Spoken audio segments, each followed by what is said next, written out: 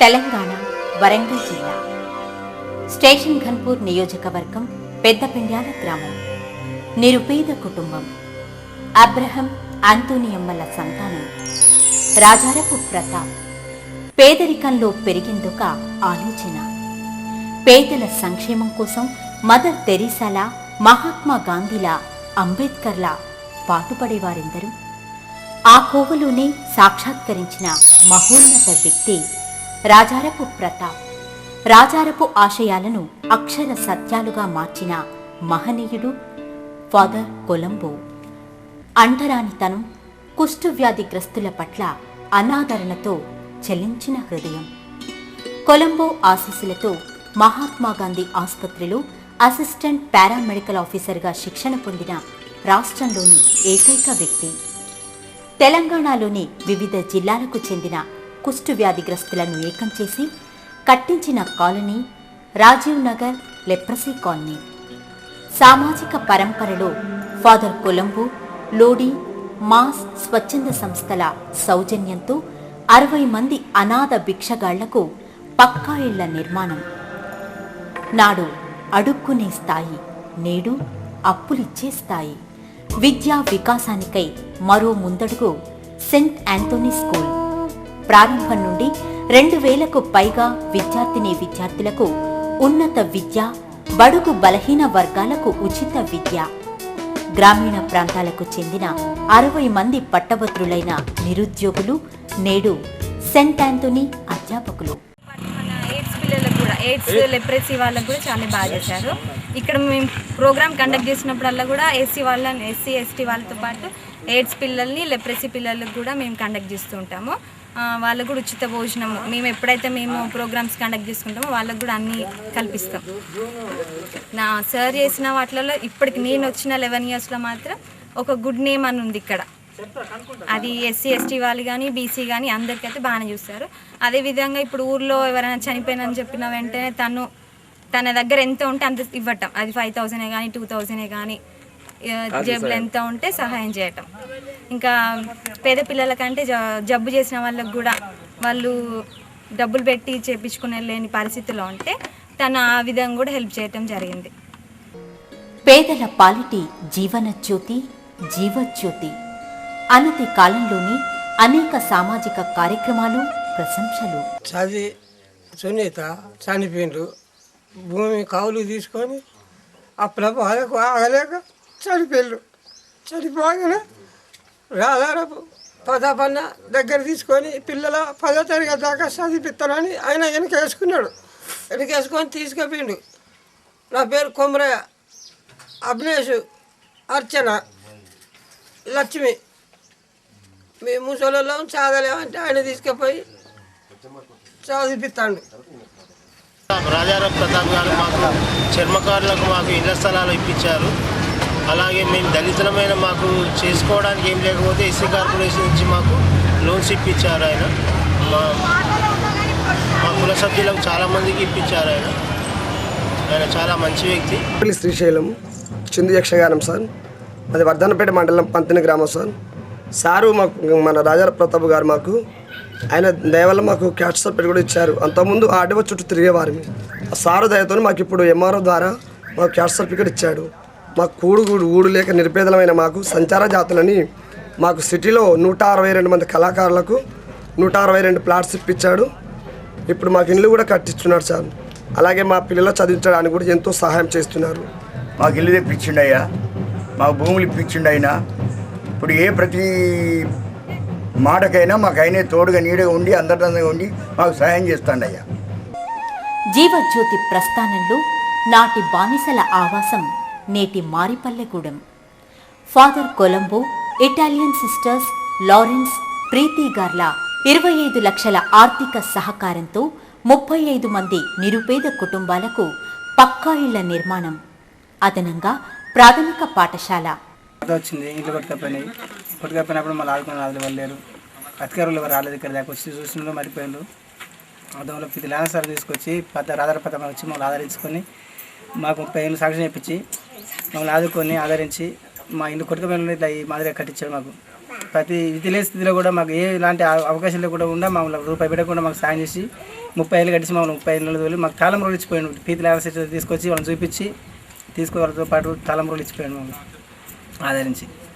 ఇది రాజారావు ప్రతాప్ చేసిన మేలు సహాయం మరి మాకు. ఎదిగిన కొద్దీ ఒదిగిన మనిషి. అందుకు ఒక ఉదాహరణ. ఒకప్పటి గుంటూరు పల్లె నేటి తెలంగాణ పల్లె.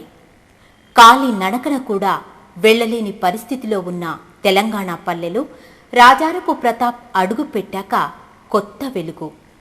అది వారి మాటల్లోనే. 15 సంవత్సరాల క్రితం మాకు కరెంటు లేకుండే, నీళ్లు లేకుండే, రోడ్డు లేకుండే, మాకు ఏది లేకుండే.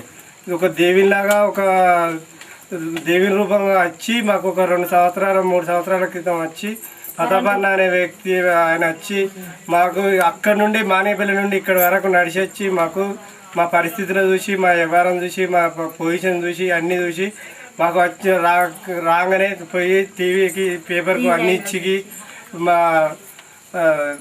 రాజశేఖర్ రెడ్డి సార్ ఉన్నప్పుడు అప్పుడు అన్నీ ఆయనకి చెప్పి ఇమీడియట్లా 21 పోలు శాంక్షన్ చేసి మాకు కరెంట్ తెప్పించిండు. అదొకటి వెలుగు అయింది మాకు. అదొకటి దీపంలాగా చేసిండు. తర్వాత మళ్ళొకటి రోడ్డు చేసిండు. రోడ్డు మళ్ళొక 2-3 నెలల వరకు మళ్ళొక రోడ్డు తయారు చేసి రోడ్డు ఒక రూపం తీసుకొచ్చిండు. ఆ రూపం తీసుకొచ్చిన తర్వాత మాకు నీళ్ళకి ఇబ్బంది ఉండే. అప్పుడు మేము వేరే బయలకాడికి పోయి నీళ్ళు పట్టుకొచ్చేది.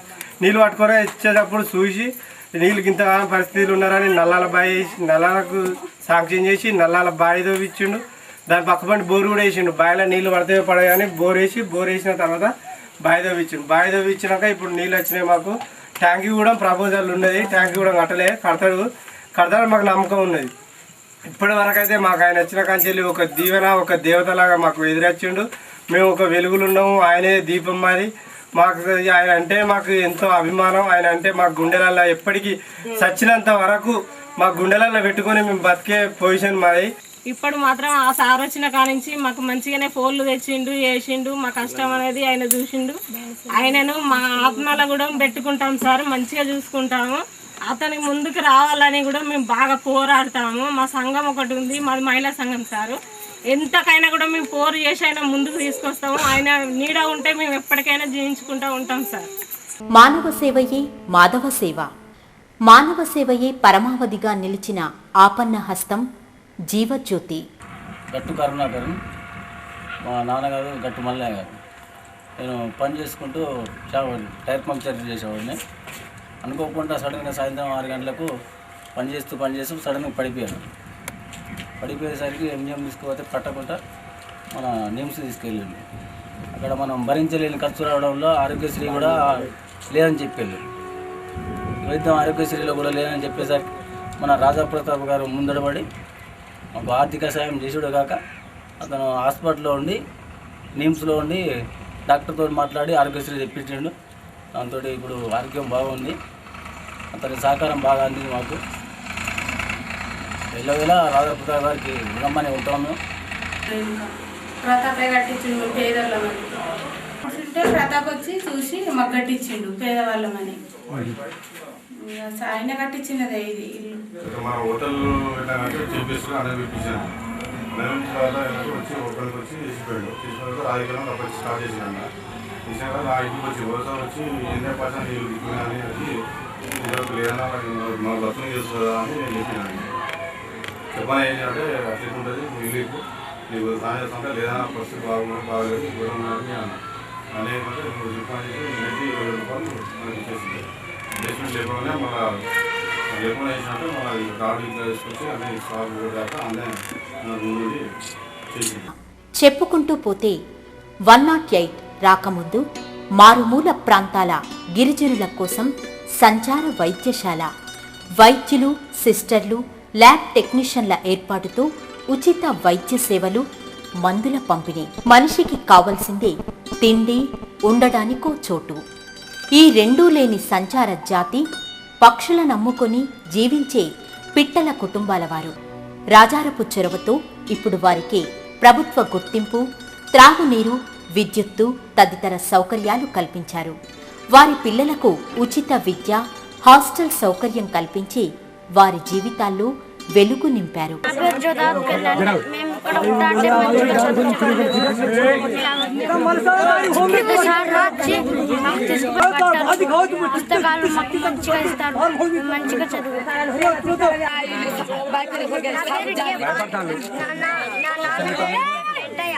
మా అమ్మ పేరు భారతమ్మ.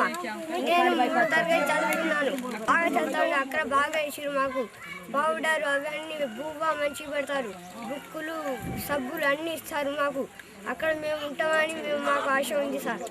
నా పేరు జే మల్లేశం. శాంతిగిరి కాలనీ శాంతిగిరి కాలనీలో వచ్చి సార్ వచ్చి చూసి మమ్మల్ని 2 ఏళ్ల సంది పిట్టల వాళ్ళకు పట్టించుకొని నిరుపేద వాళ్ళని 3 బోర్లు వేయించిండు. మాకు కరెంట్ పోల్ వేయించిండు. ఇప్పుడు ట్రాన్స్ఫారం వస్తుంది. తెలివి తక్కువ పిల్లలకు ఇక్కడ హాస్టల్లో బువ్వా లేకపోతే అందరు పిల్లలను తీసుకుపోయి కాజిపేట హాస్టల్లో చేర్చిండు. పిల్లలకు చదువు పెడతారు, బువ్వా పెడతారు, బట్టలు పెడతారు, వాళ్ళకు పుస్తకాలు ఉన్నాయి, వాళ్ళు మంచిగా చదువుకుంటారు. ముసలోళ్ళకు అసలు లేని వాళ్ళకు వికలాంగులకు కూడా వచ్చి బట్టలు లేని వాళ్ళకి బట్టలు కూడా పెట్టారు. మాకు మా గురించి మస్తు పట్టించుకున్నాడు. సార్ మీద మాకు మస్తు ప్రేమ ఉన్నది. నిస్వార్థంగా రాజారపు ప్రతాప్ చేస్తున్న సేవలను గుర్తించి ఎన్ఆర్ఐ శ్రీమతి సరోజినీ రెడ్డి గారు పత్రికాముఖంగా గిరిజన కాలేజీ కోసం 80 లక్షల విరాళాన్ని రాజారపు ప్రతాప్ చేతుల మీదుగా ముఖ్యమంత్రికి అందించారు. రాజారి ప్రతాప్ను ఒక 6 సంవత్సరాల కింద ఒక ఫ్రెండ్ ఇంటికాడ కలిసిన నాకు అతన్ని చూసిన తర్వాత చాలా మంచిగా అనిపించింది. కొన్ని విషయాలు ఆయన గురించి విన్నాక ఇంకా చాలా మంచిగా అనిపించింది. అప్పుడు నేను ఆయన ఆశ్రమానికి వెళ్ళిన. అక్కడ లెప్రసీ వాళ్ళ ఆశ్రమం, వాళ్ళ చర్చ్, వాళ్ళ అన్ని యాక్టివిటీస్ అన్ని చూసి చాలా సంతోషంగా అనిపించింది. నాకు కూడా అనిపించింది కదా, అంటే ఇట్లా నేను ఎన్ని కష్టాల నుండి కూడా ఇంత చేస్తున్నారు కదా, మనం ఎందుకు చేయకూడదు ఏదైనా ఒకటైనా ఆలోచన కూడా వచ్చింది. అదే సమయంలో అనుకోకుండా నేను మంగపేటకు వెళ్ళినప్పుడు అక్కడ కోటపల్లి క్రాస్ రోడ్డు దగ్గర అమ్మాయిలు అది లారీ దిగుతూ ఉంటే చూసిన ఆడపిల్లలు కాలేజీ నుంచి వచ్చి, అప్పుడు అదే సమయం 6:30 ఆ ప్రాంతంలో ఫిబ్రవరి నెలలో కొంచెం మస్కగా ఉండే. దాని తర్వాత మళ్ళీ ఇంకొక రోజు లారీ దిగుతూ ఉంటే చూసిన, ఒక రోజు ఆయిల్ ట్యాంక్ దిగుతా. ఇట్లా అయిన తర్వాత ఇక నాకు కొంచెం బాధ అనిపించింది. సరే, నాకు ఒకటి అపార్ట్మెంట్ హైదరాబాద్లో ఉంటే అప్పటికప్పుడు అమ్మేసి దాన్ని మంగపేటలో ఒక 3 ఎకరాల 20 గుంటల స్థలము ఇచ్చి ఈ మొత్తం 85 లక్షల వర్తుది ప్రతాప్ ద్వారా రాజశేఖర రెడ్డి గారికి అప్పచెప్పిన. మాకు కాలేజీ కావాలని ఆ టైంలోనే కాలేజ్ స్టార్ట్ చేసింది. జీవజ్యోతి నిరంతర వెలుగు, సేవా కార్యక్రమాలు అందులో ప్రకాశిస్తుంటాయి. నడిపించే నాయకుడు ప్రజా సంక్షేమం కోసం ప్రజలకు అందుబాటులో ఉంటూ కనీస సౌకర్యాలు తీరుస్తూ ప్రజల మనిషి అనిపించుకుంటాడు. అతడే మార్గదర్శి.